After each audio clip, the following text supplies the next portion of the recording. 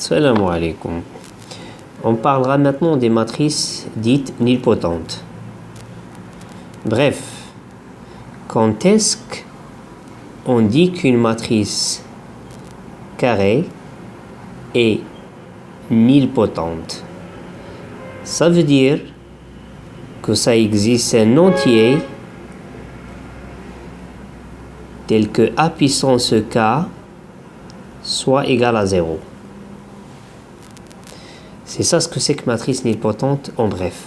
Par exemple, si vous êtes en train de calculer, vous avez trouvé que a au carré égale à 0. Donc votre matrice, tu as le droit de dire alors a est nilpotente. Tu as trouvé a puissance 3 égale à 0. Donc a est nilpotente. Tu as a égale à 0. Donc a est nilpotente parce que a puissance 1 égale à 0. D'accord? Donc c'est ça ce que c'est qu'en bref matrice nilpotente. Alors on va parler maintenant de ce qu'on appelle l'indice de nilpotence d'une matrice nilpotente A. Alors supposons ici A nilpotente. C'est quoi l'indice de nilpotence de A? C'est le plus petit ou bien le premier entier P tel que A puissance P soit égal à 0. Je répète, l'indice de nilpotence de A, c'est le premier entier P tel que A puissance P égale à 0.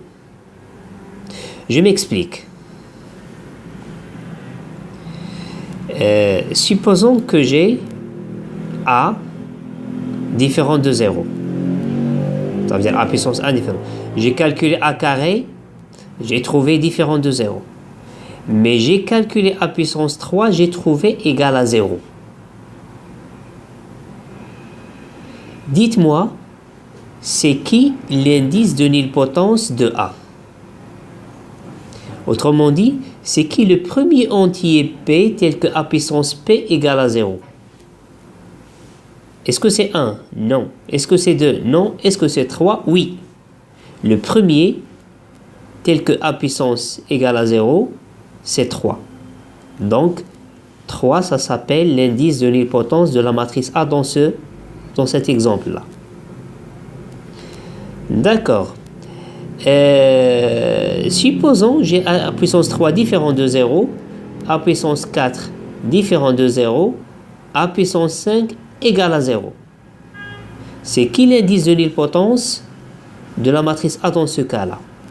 Ça veut dire c'est qui le premier entier tel que A puissance P soit égal à 0. C'est dans cette situation-là. Ça veut dire c'est qui l'indice de nilpotence? C'est 5. Donc 5 c'est l'indice de nilpotence de A.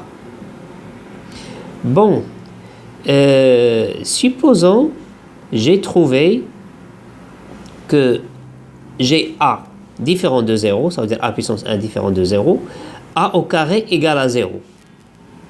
Donc l'indice de nilpotence, ça va être 2. Supposons, maintenant, attendez, supposons que A égale à 0. J'ai A égale à 0. A égale à 0, ça veut dire A puissance 1 égale à 0. C'est qui le premier entier non nul? Non nul, hein? Ça commence de 1. C'est qui le premier entier non nul P tel que A puissance P égale à 0? Dès que j'ai commencé par 1, il se trouve que A puissance 1 égale à 0. Donc ça c'est vérifié. Donc c'est qui l'indice de nilpotence? C'est 1. Donc regardez, si tu as une matrice A égale à 0, donc son indice de nilpotence c'est 1 avec cette définition-là. D'accord, d'accord. Alors, je ferme la parenthèse. Donc, on a su ce que c'est qu'une matrice nilpotente et on a parlé de son indice de nilpotence. Attendez, je vous pose une question. Supposons que on a dit que A puissance 1 différent de 0, A puissance 2 différent de 0, A puissance 3 égale à 0. Vous avez dit c'est qui l'indice de nilpotence? C'est qui P ici, l'indice de nilpotence? C'est 3. 3. C'est ça l'indice de nilpotence. Je suis d'accord avec vous. Bien. Alors, par définition de l'indice de nilpotence, nous avons A puissance P égale à 0. Donc ici, A puissance 3, regardez que, avec moi, A puissance 3 égale à 0. Mais c'est quoi A puissance c'est quoi A puissance 3 moins 1? Ça veut dire A puissance 2. Bien sûr, c'est différent de 0. Je peux généraliser ça d'une manière générale, et ça c'est très intéressant à retenir. J'ai dit à retenir. Si vous avez petit p, l'indice de nilpotence de A, ça veut dire le premier tel que A puissance P, tel que A puissance égale à 0, c'est P. Alors vous avez A puissance P égale à 0 par définition. Mais A puissance P moins 1, qu'est-ce que vous allez en dire? A puissance P moins 1, c'est différent de 0. Parce que le petit p, c'est le premier. Sinon, j'aurais à voir P-1. Mais P-1, ça ne marchait pas. Le premier, c'était P. Bref, ça, c'est à retenir. Maintenant, je passerai à certains petits exemples rapidement avec vous. J'ai pris des exemples très classiques de matrices nilpotentes. C'est la matrice que vous voyez là, 0, 0. Ici, c'est un 1. Si vous calculez A carré, vous allez trouver A carré égale à la matrice nulle, 0, 0. Tout le monde sait faire des calculs. Hein. A carré, c'est A fois A. Vous allez multiplier par cette matrice 0, 0, etc., etc. Donc, ça va vous donner 0. Alors, qu'est-ce que vous allez tirer maintenant? J'ai A au carré égale à 0.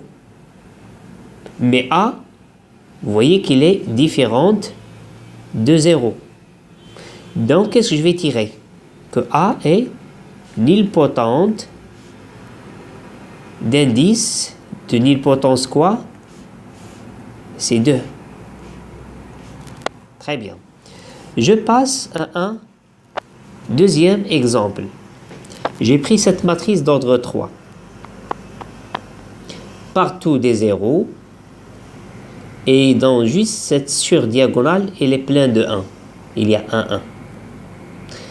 Ça, son carré, si vous faites vos calculs, vous multipliez cette matrice par elle-même, ça va vous donner cette matrice que vous voyez. Bien sûr, entre nous, vous voyez que A carré est différent de 0. Si vous calculez A puissance 3, vous allez trouver que A puissance 3, c'est la matrice nulle. Qu'est-ce que je vais conclure? Que A est nilpotente d'indice de nilpotence combien? 3. 3, c'est le premier entier tel que A puissance égale à 0. Bien. Regardez des petites erreurs que je trouve chez certains élèves. Ils disent par exemple j'ai A puissance ou bien j'ai A carré égale à 0, donc A égale à 0. Vous voyez que, bien sûr, ces gens-là, ils sont un petit peu influencés par ce qu'ils avaient déjà vu depuis le collège-lycée, en disant que j'ai un nombre A carré égale à 0, donc ceci équivaut à A égale à 0. Mais ce sont des nombres. Hein. Mais pour les matrices, ça ne marche pas, ça. Si tu as A carré égale à 0, tu n'as pas forcément que A égale à 0. Si tu as A puissance K d'une manière générale au petit p égale à 0, ça ne vous donne pas que A égale à 0. D'accord? Et vous n'avez qu'à... Donc c'est ça l'avertissement. Et comme contre-exemple, vous voyez que par exemple dans cette matrice-là, tout à l'heure, voilà, dans cette matrice-là, nous avons que A puissance 3 égale à 0. Et pourtant, on n'a pas que A égale à 0. Voici le A, il n'est pas 0. Bon, je passe. Encore, autre point à retenir, si j'ai, par exemple, A puissance P égale à 0, par exemple, regardez, si j'ai A carré égale à 0, qu'allez-vous dire de A puissance 3? C'est bien sûr aussi égal à 0. Donc, je multiplie par A ici, et par A ici, 0 fois A, c'est 0, A fois A carré, c'est A3. D'accord?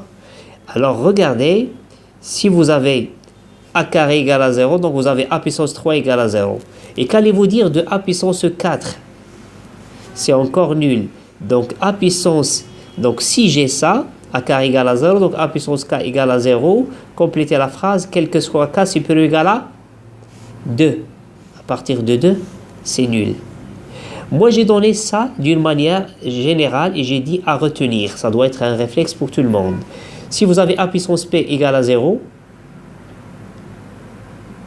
pour notre cas, c'était a carré égale à 0. Donc, a puissance k égale à 0, quel que soit k supérieur ou égal à quoi? Quel que soit k supérieur ou égal à p.